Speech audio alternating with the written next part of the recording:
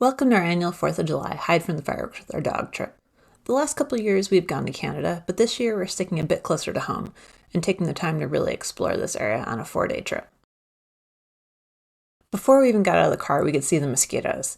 So we folded down the seats and awkwardly put our gear together in the safety of the car, then jumped out and got moving immediately. Even with bug spray and permathin treated clothing, the bugs were vicious for the first couple miles, which encouraged a little extra speed. And the trail was pretty flat, so we made great time. There were water crossings at least every mile, so many I lost count, but they were all easy and barely slowed us down. You can find the link below to our blog article, which includes maps of photos and other planning resources.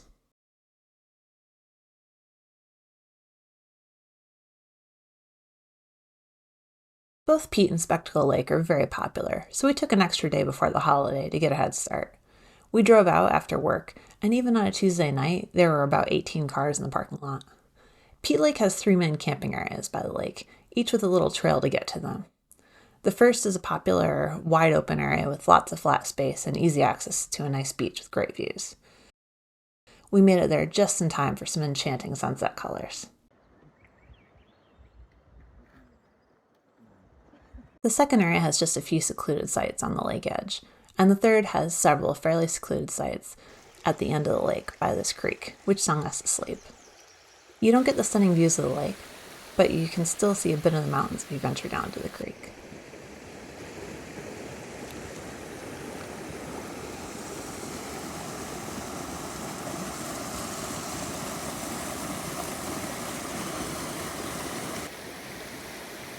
Only a mile from Pete Lake, you will meet Lemah Creek and have a decision to make, to ford or to detour. The sign suggests that there are bridges on the Lemah Meadows detour, but one of them was removed due to damage and has not been replaced yet. So this year, your choices are the Icy Creek crossing or the long detour with a tightrope walk across a log. We wanted to explore both. We opted to save the fording for the way back, but we scouted out while we were there to prepare for the return trip.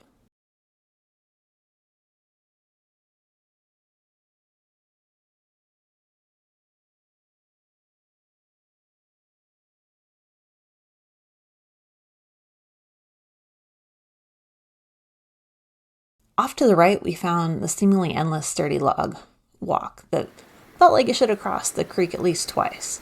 But instead, the circuitous route ended abruptly, only halfway across, with the deepest section still to go.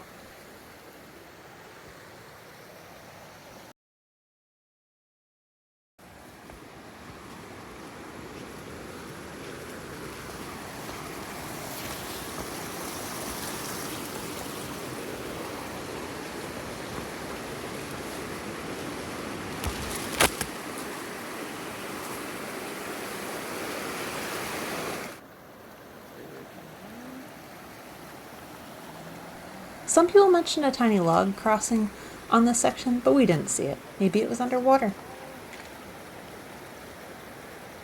On the way back, we opted to just ford both sections, and I was very grateful that our dog is small enough to fit into the top of my pack, because he would not have been able to swim across. And I needed both hands free to use my poles to brace myself against the strong current in the thigh-high water. I'm 5'6". The second section wasn't as bad, but the water pushed little stones through the holes in my sandals, which was very uncomfortable. The Lemah Meadows route definitely felt like the path less traveled, and we didn't see a single other person up there. At the PCT junction, we opted to go a touch further and check out the Lemah Meadows camp, and the Lemah Meadows themselves. There was a nice little camping area, but I would not recommend it early in the season because the meadow was a marshy swamp.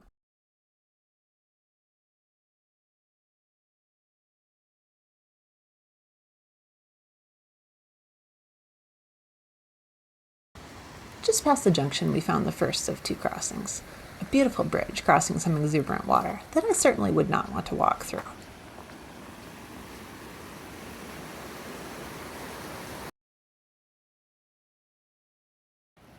Second bridge is gone, but there is a log crossing. There is a well-defined side path with a small scrambly bit to get down to the log.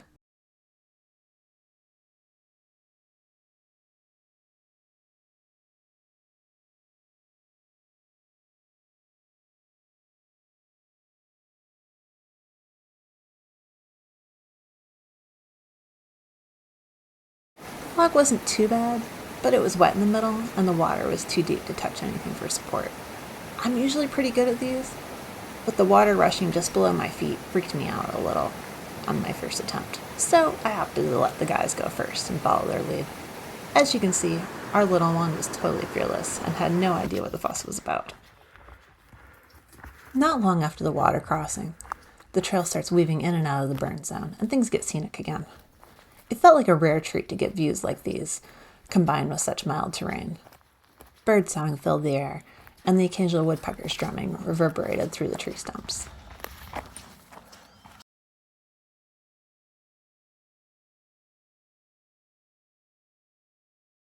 Back on the main trail, the flowers were even more prolific, and the butterflies danced around us as we walked. These white flowers look like cute little tethered clouds reaching for the sky, but when I see lacy flowers, I try to keep my distance because some contain skin irritants. One kind is a phototoxin, where the plant's oil undergoes a chemical reaction when exposed to sunlight, potentially burning the skin. You may even find a few plants like this in your garden, including carrots, parsley, and dill, which all have these phototoxins too. So it is a good idea to wash up after handling any of them, and be careful if you're wearing shorts. Soon we began to climb, and with every switchback the views shifted. On the map it looked like a long trail that goes straight up right at the end. But we actually found the grade to be pretty mellow, which we were grateful for, since these were the heaviest packs we had carried so far. We usually tried to stay in the 20 to 30 pound range, but 4 days of food, dog gear, snow gear, and water gear put us both in the low 30s. I'm sure ours were still much lighter than my parents' packs were back in the day. My mom and dad both did trips to school and scout groups when they were younger, but I just learned that they also did at least some together before they had kids. My mom doesn't remember much about it except for the food. They brought ears of corn and potatoes to cook in the fire.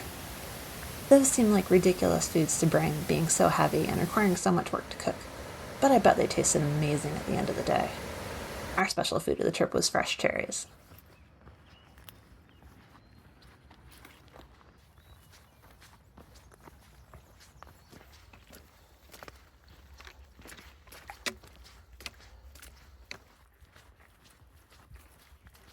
Once we crossed the ridge above the lake basin, the fun part began. Well, maybe more fun if you don't have your house on your back. There were lots of scrambly bits on the way down to the lake, and even with poles if you required hands to grasp roots and rocks. Nothing was sketchy, just some awkward areas with very big steps.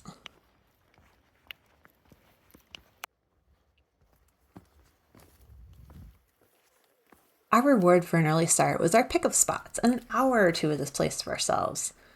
As we were settling in, there was a sudden crack that cut through the quiet. 2 fighter jets appeared out of nowhere, banked around Lemah Mountain, and disappeared just as quickly. It was pretty crazy. We've had quite a few random encounters on our trips, but this time, unlike our previous mysterious Starlink sighting, we knew it really was a military exercise. What weird things have you seen on the trail? Most people have their little backpacking treat or luxury item. What is yours?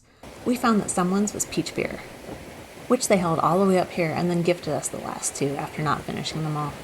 Seems like a crazy amount of extra weight to carry, but maybe they're training for something bigger. We collected a little snow and had them truly ice cold.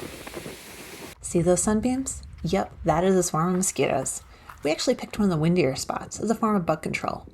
And once we found enough rocks to hold our tent down, it worked pretty nicely. Our friend's tent made a short flight and took a brief dip in the pond before being secured. We found that both nights as the sun dipped behind the mountains, it was as if a solar panel powering the wind lost power and abruptly turned off, releasing the hordes. The good news is that they don't seem to be morning lovers, so I was able to enjoy the sunrise in peace. The 3rd day was my favorite, pure exploring. Someone the day before told us that PCT was not doable yet due to snow. So we set out with light packs and a route, but no expectations. We hopped on the PCT and headed up to the ridge above a spectacle. Our original plan was to visit Glacier Lake, but we realized it was probably still frozen over, so we would just see how far we got, and ideally at least get a good view of Spectacle Lake from above. The trail up was a beautiful mix of forest and views with a mild grade, so this would have been a trivial endeavor if not for the lingering snow, which started just a few switchbacks up. We put on our microspikes and ventured on, proceeding carefully one at a time in the no-slip zones. Pretty soon, all our footprints disappeared. I'm not sure if we were the first ones this far this year, but probably at least this week.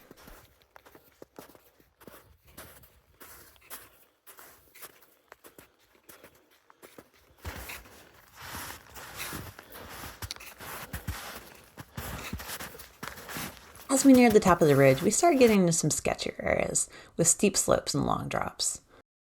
The snow was nice and solid still, but these were definitely some no-fall zones. Some we were able to detour around, but others had to be carefully crossed. An ice axe would have made me feel much safer here.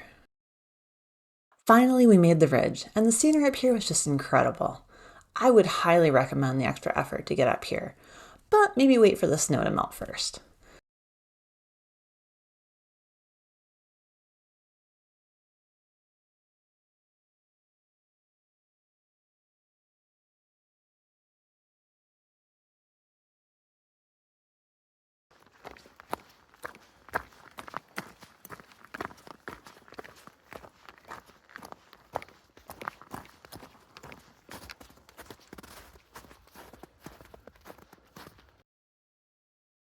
The trail got much better once we made the ridge. It was smooth sailing for a while, so we went a bit further, but decided to turn back because we wanted to play it safe and go back across the snow before it softened up.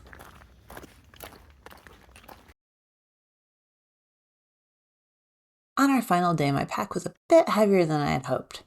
I was looking forward to a nice light pack after eating most of our food, but our pup decided to try digging himself a hole in the rocks the day before and cut up his pads, so I carried him through the rocky sections on the way down.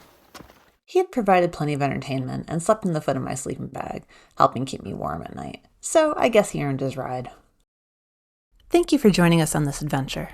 There are hiking resources below and information on free ways to help support this channel. The easiest is liking and subscribing. Thank you. Happy exploring.